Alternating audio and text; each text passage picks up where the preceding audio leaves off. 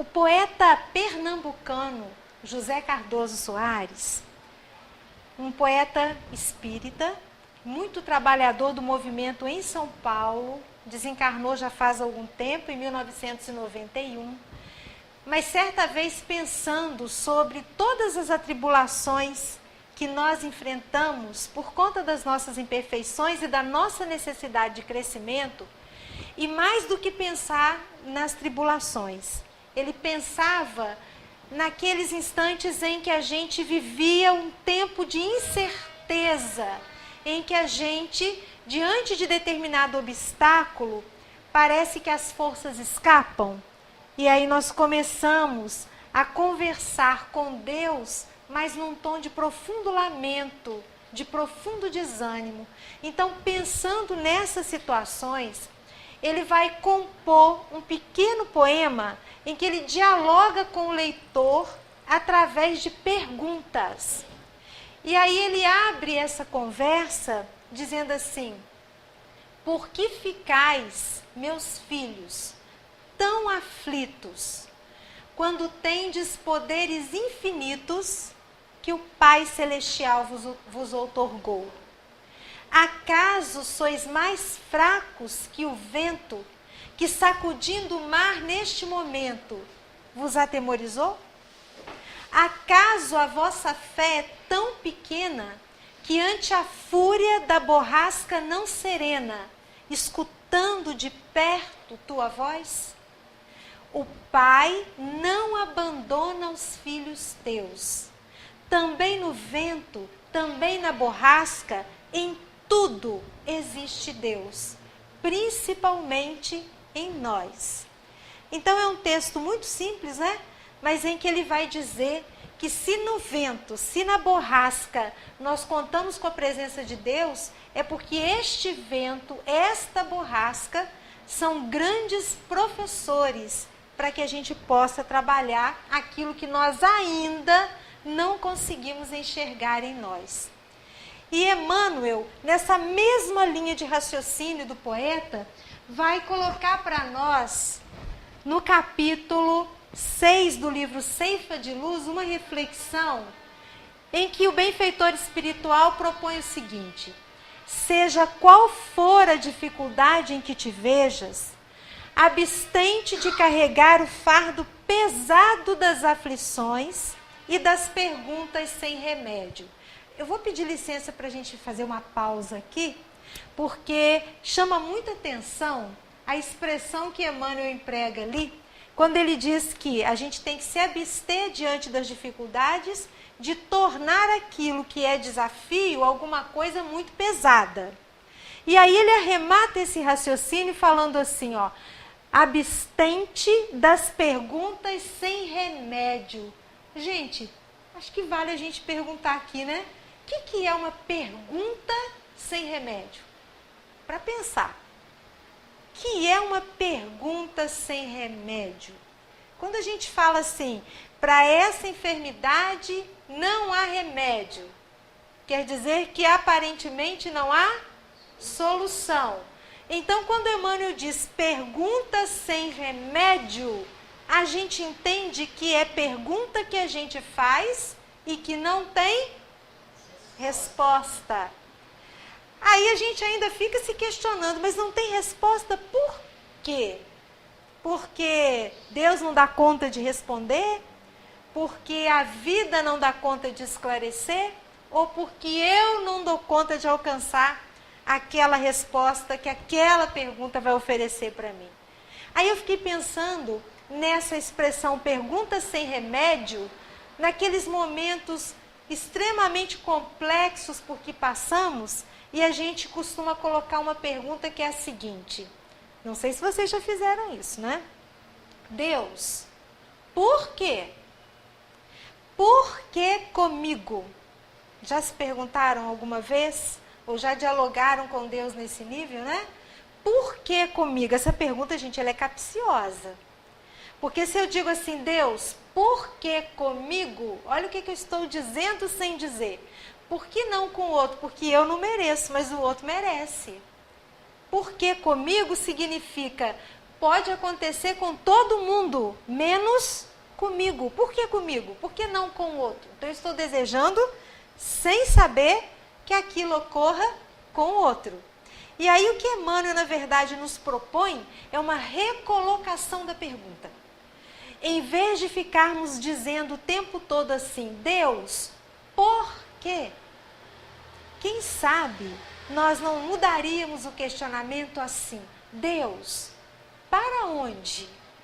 Para onde o Senhor quer me levar com essa situação que eu estou vivendo? Ou ainda, né? Em vez de por quê ou para onde, para quê? Porque o porquê é uma pergunta de causa. E às vezes eu não tenho alcance para entender a causa. E aí, Emmanuel vai dizer que a gente tem que se abster dessas perguntas sem remédio.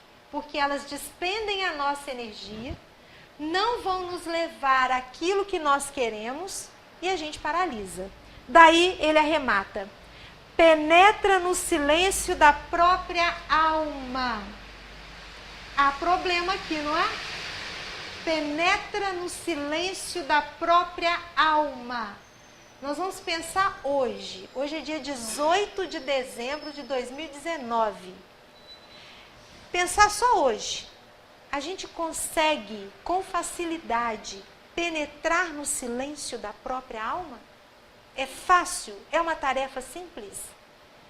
É um movimento muito complexo. Porque às vezes a gente começa alguma coisa que exija um pouco de concentração e frequentemente o que ocorre? A gente acaba se desconcentrando, não é? Então, de repente, a gente está numa atividade que exige um pouco mais de foco da nossa parte e porque o pensamento não está habituado àquele foco, a gente se desconcentra. Então, penetrar no silêncio da própria alma me lembra, eu não sei se eu já falei isso aqui, mas me lembra um texto de Rubem Alves, em que ele começa o texto dizendo assim, sempre vejo anunciado cursos de oratória. Nunca vi anunciado um curso de escutatória. Todo mundo quer aprender a falar. Ninguém quer aprender a ouvir. Escutar é complicado e sutil. Porque esse autor vai dizer, não basta o silêncio fora, concordam? É preciso o silêncio dentro. Ausência de pensamentos. Aí é que está a questão. Às vezes o ambiente está profundamente silencioso, mas dentro de mim há um barulho muito grande. E aí eu sinto essa dificuldade de penetrar no silêncio da própria alma. Mas Emmanuel insiste que se a gente trabalha no sentido de buscar esse silêncio interior, olha o que acontece. A gente vai conseguir escutar os pensamentos que nascem do próprio ser. E aí seremos capazes de reconhecer que a solução da vida surgirá de ti mesmo. Aquela resposta que eu procuro fora, vai dizer o benfeitor ali, ela está, na verdade, dentro de cada um de nós. E é nessa linha, gente, de buscar esse silêncio interior, que eu gostaria de convidar todos para a gente pensar numa fala que foi retomada por Jesus. E essa fala é, no mínimo, provocativa e instigante. Eu estou me referindo a uma frase muito conhecida nossa, quando Jesus, num dado contexto, que nós vamos buscar aqui agora, ele vai dizer assim, vós sois deuses. Todos nós conhecemos essa fala, não é? Vós sois deuses. Vamos buscar o momento em que ela foi dita, como ela foi dita e por que ela foi dita, para a gente poder meditar a respeito do sentido dessa expressão. Então, essa frase, ela foi retomada num momento festivo em Jerusalém. Era a conhecida festa da dedicação. A festa da dedicação foi uma festa instituída pelos judeus para consagrar, para tornar sagrado o templo de Jerusalém. É uma festa da purificação, que acontece uma vez por ano. E por que que esse templo de Jerusalém precisou ser purificado?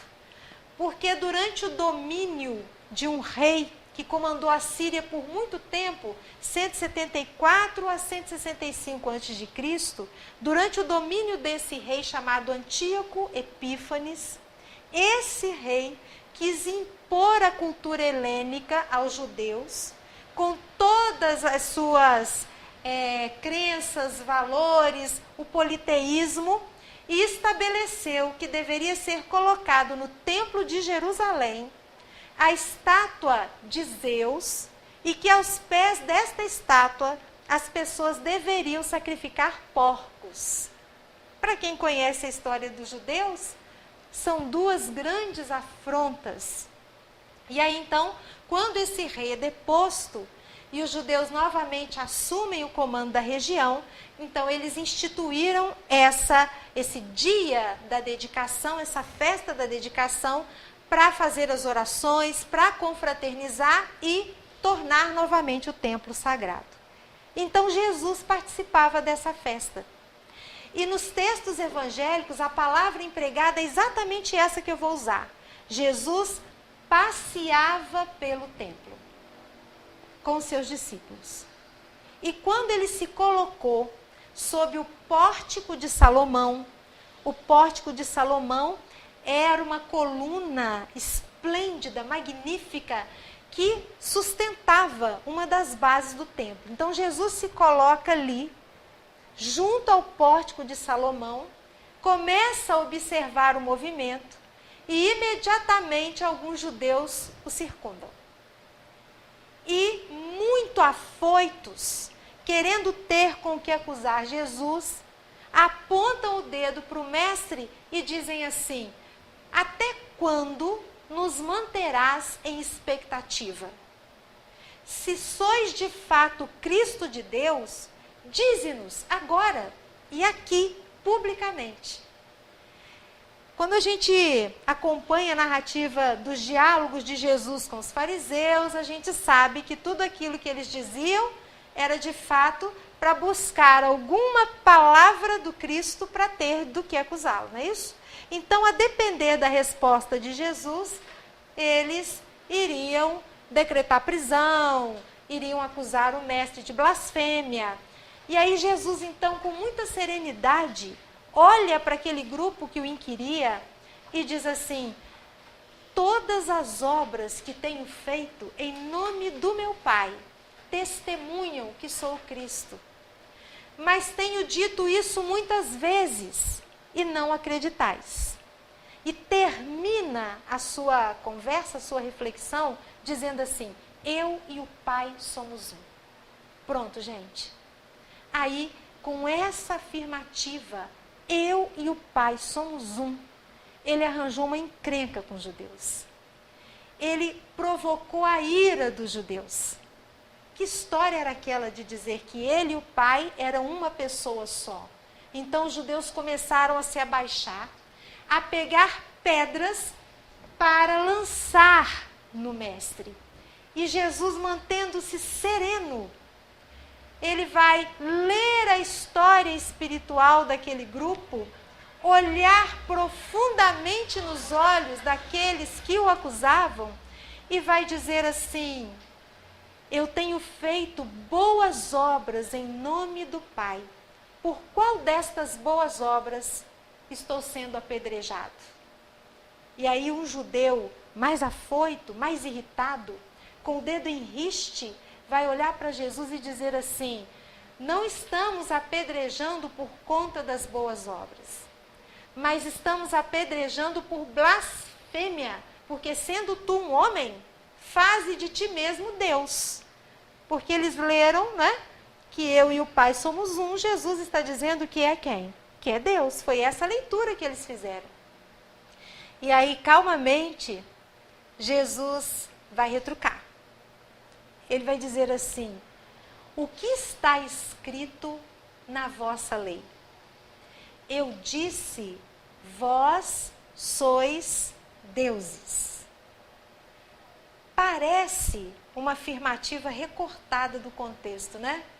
Parece algo que não se encaixa, mas na verdade, Jesus estava dizendo assim: quando eu falo que eu e o Pai somos um em pensamento, em comunhão de vontade. E da mesma forma que eu sou um com o Pai, vós também podeis ser, porque vós sois deuses, com D minúsculo, né? Vós sois deuses. O que Jesus estava colocando nesse momento? Ele estava retomando uma lei que era judaica. Porque vós sois deuses não foi criação de Jesus, não foi ele quem disse isso de maneira inédita. Ele estava retomando o Salmo 82, o item 6 desse salmo, do salmista Asaf, que viveu a época do rei Davi. E Asaf, ele disse pela primeira vez, vós sois deuses, porque estava muito indignado com os juízes que julgavam em causa própria, que espoliavam os pobres e que beneficiavam os ímpios, beneficiava também aqueles mais abastados. E cansado de ver essa prática, Asaf vai chamar a atenção desses juízes e vai dizer assim: olha, vós sois deuses, quer dizer, o julgamento que vocês estão fazendo equivocadamente contra estes irmãos que são filhos de Deus e por isso também são deuses, é o mesmo julgamento que será aplicado a vós, que também sois deuses, quer dizer, filhos de Deus. Deu para entender, gente? Ou ficou assim um labirinto? Deu para entender?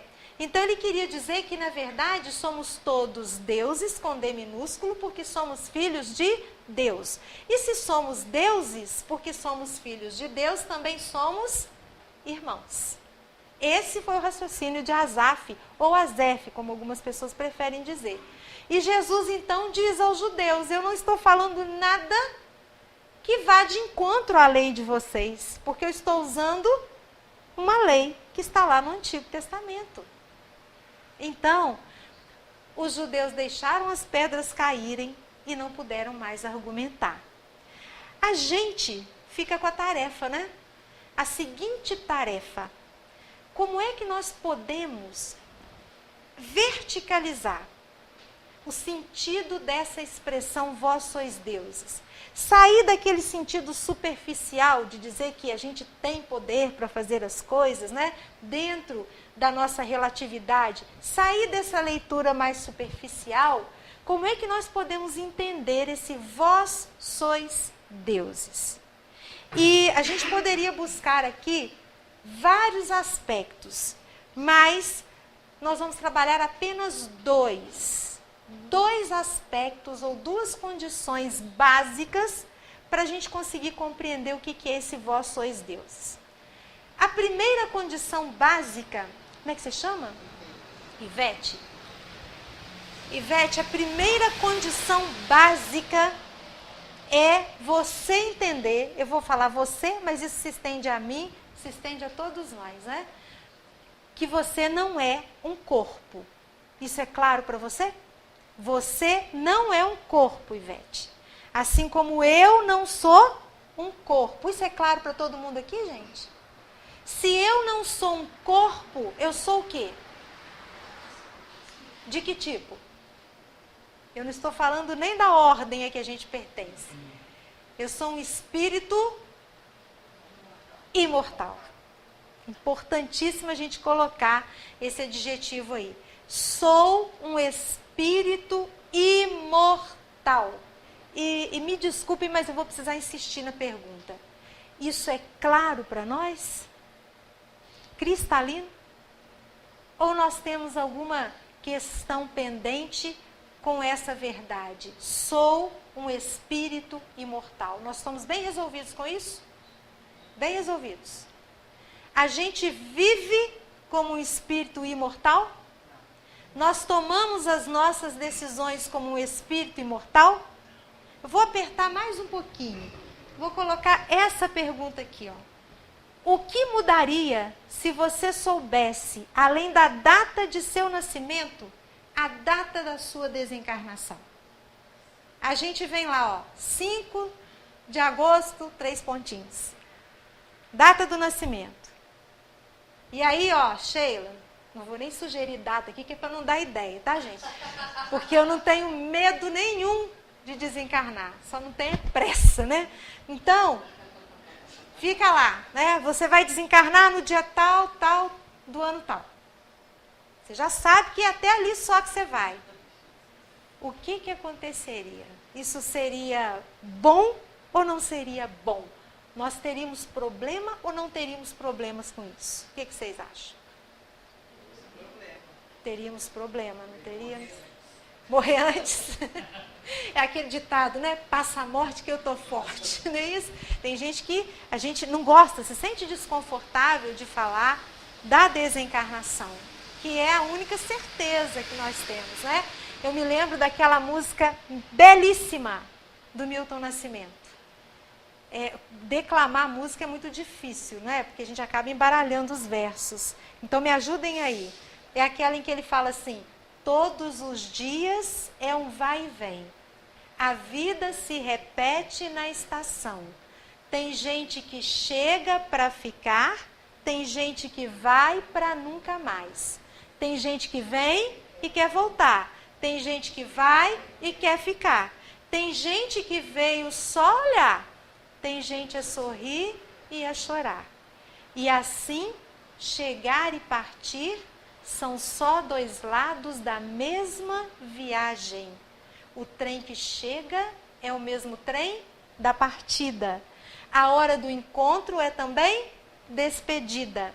A plataforma dessa estação é a vida desse meu lugar.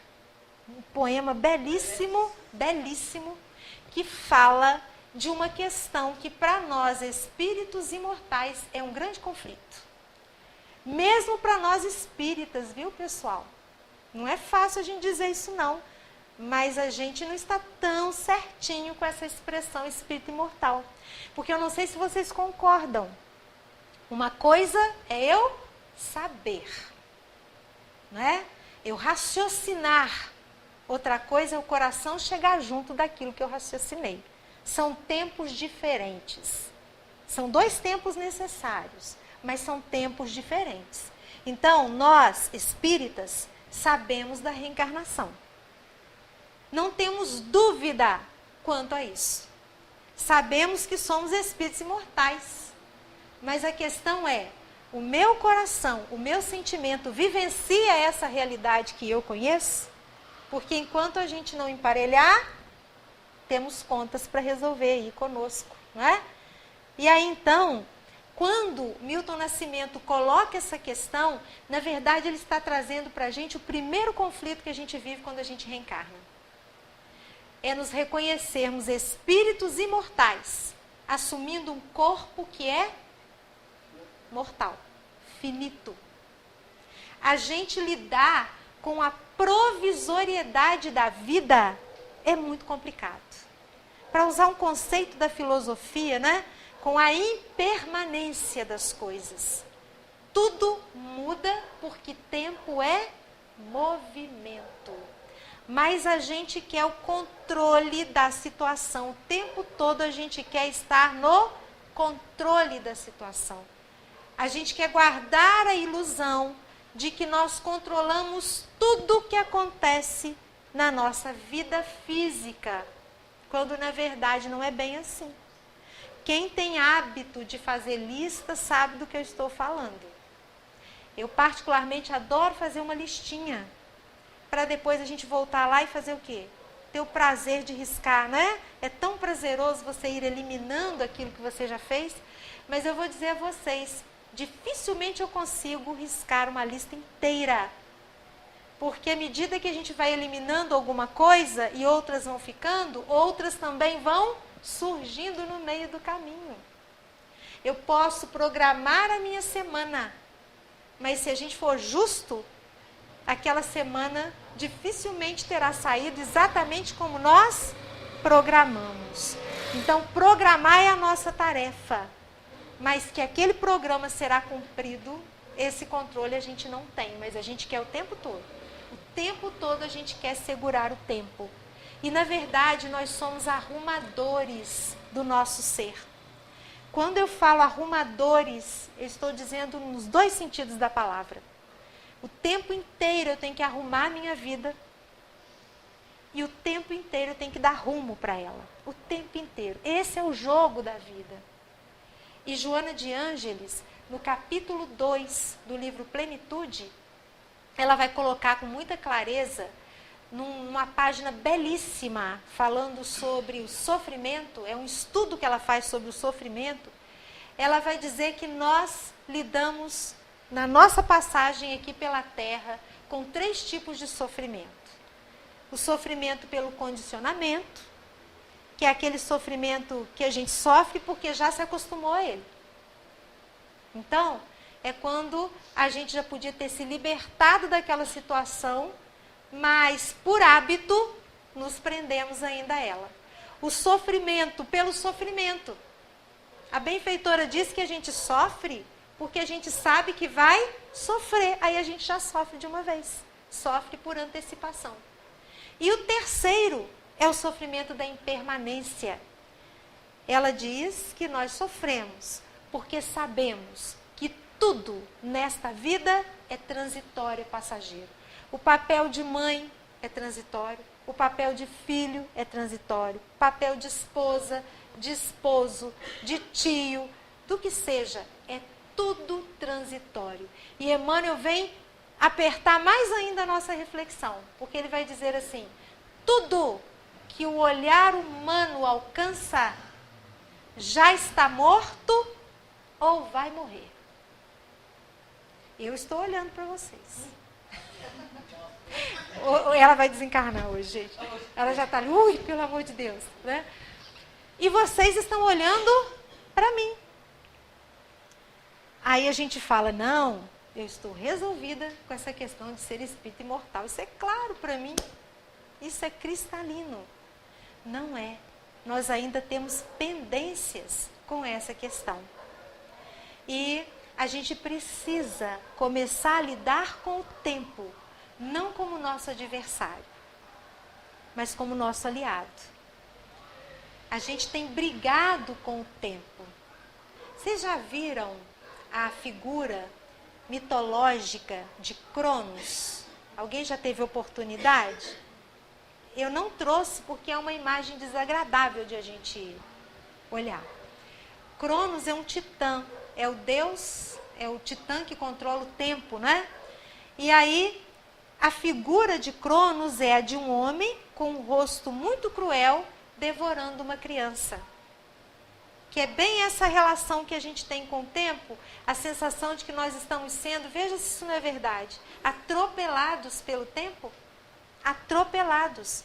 E aí a gente briga com ele, tanto é que é expressão comum a gente dizer assim, estou correndo contra o tempo, ou estou aqui matando o tempo. Olha as palavras que nós usamos para lidar. Parece que não, né? Mas a palavra tem força. E a gente, na verdade, devia administrar esse tempo cronológico, Cronos, naquele sentido, ou no encaminhamento de um outro titã, que é o Kairos. Todo mundo aqui já ouviu falar. Existe o tempo Cronos, que é o tempo cronológico do calendário, e existe o tempo Kairos, que é o tempo psicológico, o tempo de Deus, o tempo em que a gente busca penetrar no silêncio interior da alma, para começar a perceber a passagem do tempo. São 8h35. Do dia 18, nós já falamos de dezembro de 2019. Há pouco tempo, nós estávamos preocupados com o que aconteceria com os sistemas de computador por conta da virada do século XX para o XXI. Vocês se lembram? Grande questionamento era o boom do milênio, né? O que vai acontecer com os sistemas na Bolsa de Valores? O que os computadores vão arrumar nesse processamento da virada 2000-2001 para entrar no século XXI? Já faz 17 anos que nós estamos no século 21, gente. Não, nós estamos... 18. Faz 18 anos, que, né, 2001 é que é o século 21, né? Olha, tá vendo? Olha o tempo como é que passa tão rápido, que eu retrocedi e ele acelerou, né? Então faz 18 anos, agora fiz certa a conta? Fiz, né? 2019. Faz 18 anos que nós estamos no século 21, gente.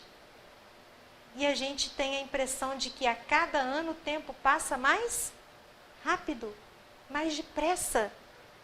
Existem muitas teorias para explicar, para justificar essa questão, essa sensação que a gente tem. E não são teorias que ficam favoráveis a nós, não. Porque, na verdade, as tecnologias todas estão aí para nos garantir mais tempo, concordam? Hoje, a gente pensa hoje, viajar de avião é uma coisa relativamente acessível, né? Relativamente acessível. Agora, eu me lembro, quando era criança, que as viagens duravam uma eternidade. Daqui de Juiz de Fora a Cataguases, tem alguém de Cataguases aqui? Daqui de Juiz de Fora a Cataguases, quase 4 horas de viagem. Num Fusca, com 9 pessoas, sem cinto de segurança, ninguém morria. Deus é muito bom, né? E aí hoje, com toda a velocidade, o desempenho de um carro, de uma relativa facilidade para uma passagem aérea, que nos economiza um tempo. Máquina de lavar roupa, máquina de lavar louça, micro-ondas. E a gente não tem tempo. E quando não tinha isso, vocês se lembram que as pessoas colocavam cadeiras na calçada para conversar à noite? Tanajura era um festival, vocês lembram? Aquelas tanajuras voando no verão e a meninada aprisionando as tanajuras num pote, num vidro. E os mais velhos se assentavam nas calçadas e a gente brincava na rua. As pessoas tinham tempo. Né? O que aconteceu com o nosso tempo? Não tem resposta. E as teorias que estão aí são só especulações também. Mas é para a gente pensar e tornar o nosso tempo nosso aliado. E a segunda e última condição para que a gente consiga se apropriar dessa expressão vós sois deuses, na verdade eu deveria ter começado por ela, mas eu preferi terminar com ela.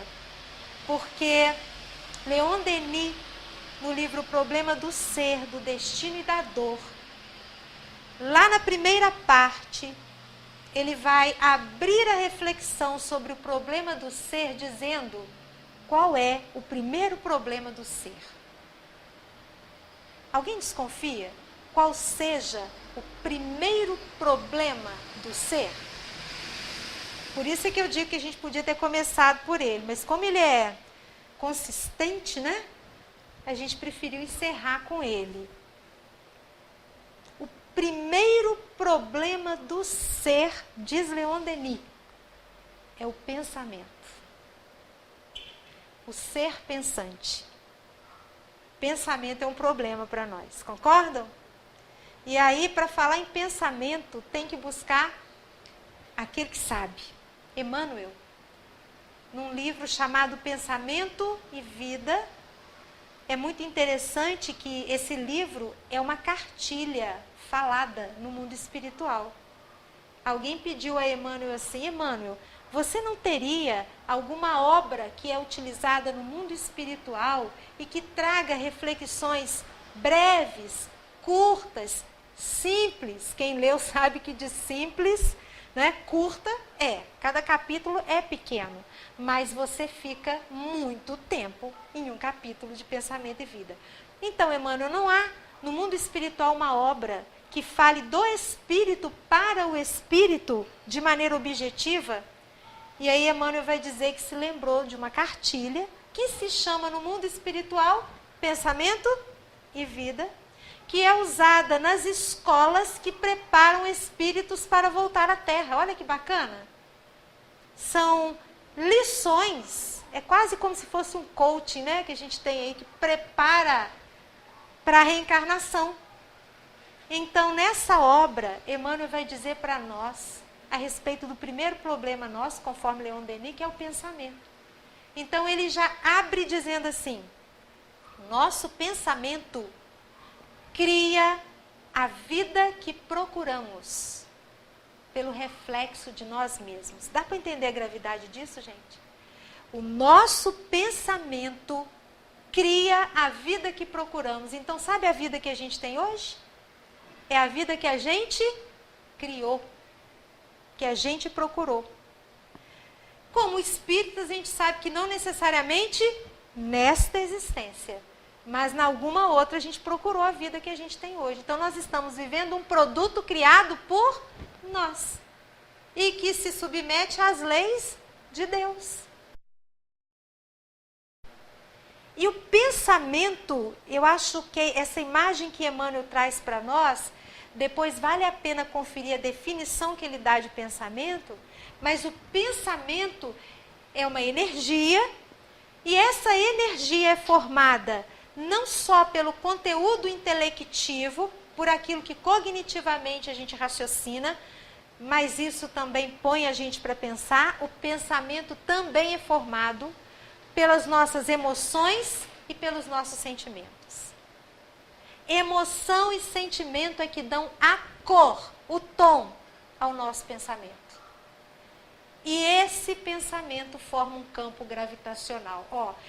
Vou até dizer, o que Emmanuel vai dizer daqui para frente, porque são palavras de Emmanuel, não é algo que seja simples de a gente escutar, não. Porque coloca a responsabilidade nas nossas mãos de uma forma. Emmanuel vai dizer que o nosso pensamento, eu estou olhando para vocês aqui e imaginando essa ideia que ele cria. E me colocando junto também. É como se fosse um campo magnético gravitacional que fica girando assim. Então, eu estou pensando, os meus pensamentos, eles estão sendo lançados aí no fluido cósmico, né? Eu estou pensando e aí eles estão aí, nesse mar, nesse oceano que é o fluido cósmico. E eles estão gravitando ao meu redor. E como pensamento, diz o benfeitor espiritual, é associação, o que eu penso vai também chegar até aquele outro que pensa como eu penso. E aquilo que o outro pensa, que é semelhante ao que eu penso, também vai chegar a mim. Aquilo que é diferente eu vou repelir. Aquilo que for igual eu vou atrair. De maneira que pensamento atrai e repele. E Emmanuel vai falar que tudo na nossa mente se movimenta obedecendo a dois princípios, gente. O princípio da interdependência e o princípio da repercussão. Quer dizer que, vai falar Emmanuel, sabe quando a gente leva uma fechada no trânsito? Aí a gente baixa o vidro do carro e diz para o outro motorista Feliz Natal? Não é porque não é isso? Vai em paz, leva essa energia boa que eu estou sentindo aqui. Essa história? Pois então, olha o que Emmanuel diz. Quando eu baixo o vidro do carro e desejo Feliz Natal para o outro, eu agi por impulso. Foi um ímpeto. Foi instintivo. Olha a interdependência.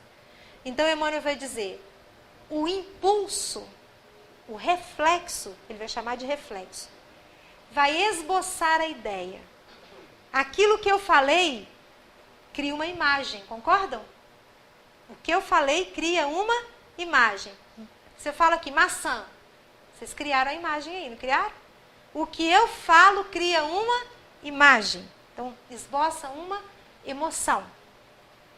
Então, o meu reflexo esboça uma imagem que esboça uma emoção. A minha emoção vai plasmar as minhas ideias e as minhas atitudes, que por sua vez vão determinar as minhas ações. Então, na verdade, o que Emmanuel diz é um círculo. O reflexo esboça a imagem e a emoção, que determinam as palavras e as atitudes e que vão então comandar as minhas ações. as minhas ações, vão estabelecer uma relação com os reflexos, aí eu começo todo o ciclo de novo. Deu para entender isso? Ou ficou confuso? Deu para entender? É cíclico. E aí ele vai dizer que ninguém, palavras dele, ninguém, nenhum de nós, escapa desse movimento e da permuta constante de pensamentos. Não tem jeito.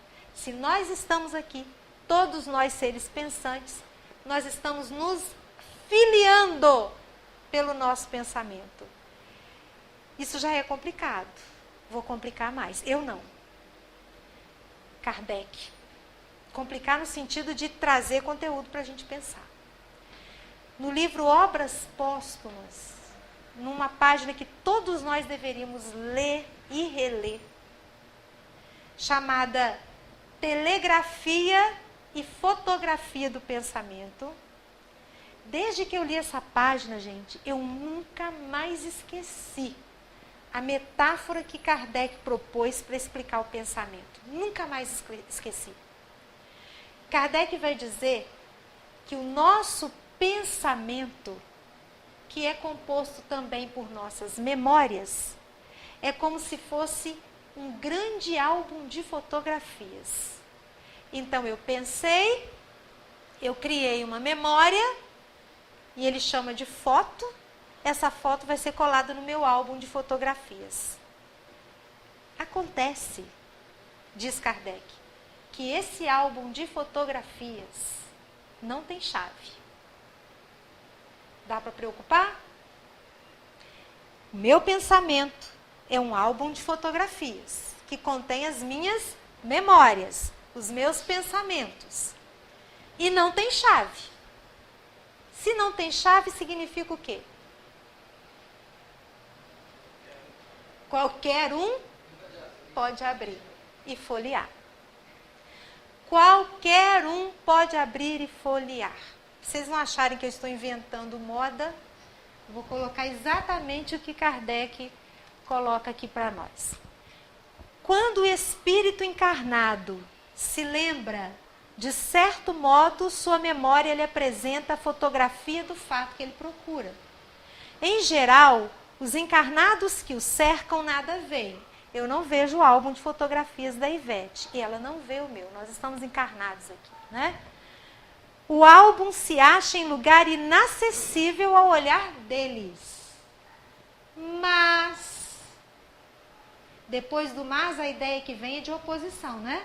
Mas os espíritos, aí ele se refere aos desencarnados, o veem e folheiam conosco. Olha, em dadas circunstâncias, podem até deliberadamente ajudar a nossa pesquisa ou perturbá-la.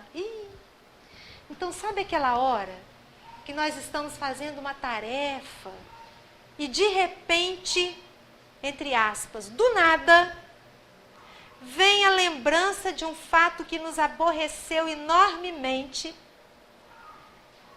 O que está acontecendo nessa hora? Alguém está folheando o meu álbum de fotografia. Ela não vai dar conta hoje, gente. Está até interessante. Alguém está folheando, mas tem solução, viu? Tem. Alguém está folheando o meu álbum de fotografias. A questão é, quem? Para quê? Vai depender da imagem, vai depender do contexto, vai depender da emoção que aquela imagem me causou e mais ainda da reação que eu tive ao lembrar daquela imagem. Quando é um espírito bom, a imagem vem para nos ajudar, para edificar. Quando é um desafeto, ou alguém como nós, imperfeito, que também não sabe, né, a dimensão daquilo tudo ali, vem para nos desestabilizar. O fato é que o álbum está aberto. Está aberto. A gente entende com muita propriedade agora. Vigiai e orai. Vigiai e orai. Não é? No capítulo 21, nós já estamos encerrando, no capítulo 21 de Nosso Lar, é um capítulo também que vale ser lido assim com muita cautela. André Luiz vive uma experiência que é curiosidade nossa. ele vai conversar com Laura, que é mãe de Lísias. Quem leu a obra vai se lembrar. E Laura estava em nosso lar já há um tempo, trabalhando, morando com o esposo Ricardo. Os dois desencarnaram e trabalhavam juntos ali em nosso lar. Eles conseguiram reunir a família consanguínea, que era mais que consanguínea, né? No mundo espiritual. Só que Ricardo e Laura começaram a sentir os apelos provocados pelos débitos com o planeta Terra. Ou seja, eles começaram a sentir que era o momento de retornar, porque eles tinham pendências aqui para resolver. E aí, nesse período, né, o Ricardo, esposo de Laura, reencarnou antes e ela já estava ali se organizando para voltar. Eles iriam se reencontrar na mesma condição de marido e esposa. E vai acontecer uma situação muito interessante, André Luiz vai acompanhar, em que Laura começa a trabalhar no seu álbum de fotografias, no seu álbum de memórias. E aí André Luiz diz assim: Laura, me perdoe a curiosidade, mas eu vejo que você está rememorando o seu passado. Essa rememoração, ela aconteceu com o tempo? Você está resgatando isso com a passagem do tempo, naturalmente? Ou houve algum processo que intensificasse essa ação? E ela diz assim a ele: o tempo e um processo. Que processo foi esse? Ela começa a contar para André Luiz. Quando é um bom espírito, tudo é muito organizado, gente. A memória não vem de forma leviana, não. Então ela contou que ela e Ricardo foram encaminhados ao Ministério do Esclarecimento. E quando chegaram ao Ministério do Esclarecimento, também receberam a orientação de acessarem lá no serviço de arquivo de nosso lar 2 anos de memórias de existências anteriores. Quer dizer, eles ficaram 2 anos sem parar de trabalhar, porque a orientação foi: não pode parar de trabalhar, tem que trabalhar, e nas horas vagas corre aqui para o serviço de arquivo para rememorar. A orientação foi de até 2 anos, não mais que isso, porque eles não dariam conta de recordar a existência toda. Nesses 2 anos, eles conseguiram resgatar 300 anos de memória. 3 séculos de memória. E aí, então, André Luiz faz uma pergunta que é perfeita. Porque ele diz assim: e bastou isso? Bastou buscar esses 300 anos de história no pensamento, na lembrança? Aí ela vai dizer assim: não, André, porque a leitura só informa. Vou repetir. A leitura só informa. Ela precisou receber passes magnéticos dos técnicos responsáveis pelo Ministério de Esclarecimento, para que ela pudesse, com equilíbrio, reviver também, não só a lembrança, mas a lembrança do fato, mas a emoção que aqueles fatos causaram. Então, para juntar os dois, sentimento e o conhecimento, precisou de passe magnético. 2 aninhos só, gente, de trabalho, de rememoração. Quer dizer, tudo muito planejado. Quando a gente não obedece a um planejamento, o que vai saltando aí de imagem do nosso álbum, geralmente é porque nós estamos invigilantes, autorizando aos nossos companheirinhos desencarnados a folhearem junto conosco aquilo que a gente também quer folhear. E eu encerro essa reflexão, já que nós estamos falando de pensamento como condição básica para entender, né, o que é o vós sois deuses? Entender que eu sou aquilo que eu penso. Se eu sou aquilo que eu penso, e se dentro desse meu pensar eu preciso entender que eu sou um espírito imortal, que vive uma vida física e impermanente, que muda o tempo todo, basta então, veja se vocês concordam, se eu sou o produto do meu pensamento, basta mudar o pensamento, que a minha vida também vai se transformar. Concordam? Muda o pensamento, que a vida também muda. Simples assim.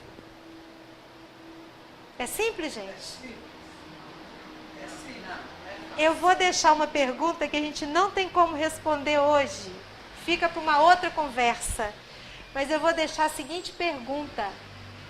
Por que não é tão simples mudar o pensamento? Por que não é tão simples mudar o pensamento? Porque nós somos atrelados às nossas existências passadas, arquivadas em nós. Então, como é que você chama? Lucimar? Então, Lucimar, sabe aquela moça lá da Idade Média que você foi? Aquele rapaz lá na França do século XIX, não estou vendo nada disso não, tá, Lucimar? Não, nada disso. Daqui a pouco o pessoal vai pedir consultoria. É só hipotético.